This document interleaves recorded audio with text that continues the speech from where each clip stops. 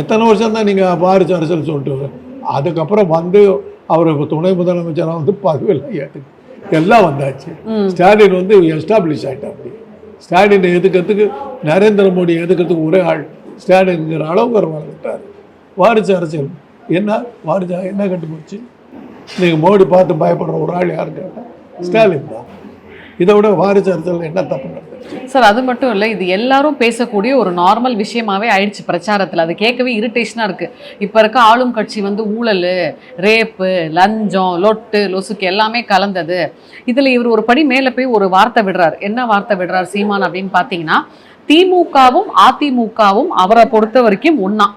ஏன்னா ரெண்டுத்துலையுமே வந்து எந்த விதமான ரெண்டு ஆட்சியிலுமே வந்து எந்த மாற்றங்களும் இல்லை. ஸோ ரெண்டுத்துலையுமே இந்த ஈக்குவல் ரேப்பு ஊழல் எல்லாமே இருக்குன்றதுனால ரெண்டும் ஒன்றுன்றாரு. அப்போ இவர் வந்தால் என்ன இதெல்லாம் இருக்காதுன்றாரா? ஏமா 67ஆம் வருஷத்துலேருந்து இந்த ரெண்டு கட்சி தான் மாறி மாறி ஆட்சி பண்ணிட்டு.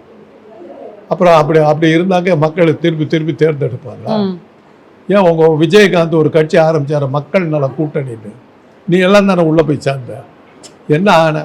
ஒரு சீட்டு ஜெயிச்சியா? எவ்வளோ பெரிய விளம்பரம், என்ன விளம்பரம்! திமுக அதிமுக தவிர மற்ற அத்தனை கட்சி அதில் இருந்து, வைகோவில் இருந்து திருமாவளவில் இருந்து அத்தனை பேர் போய் சேர்ந்தாங்க. என்ன ஆச்சு?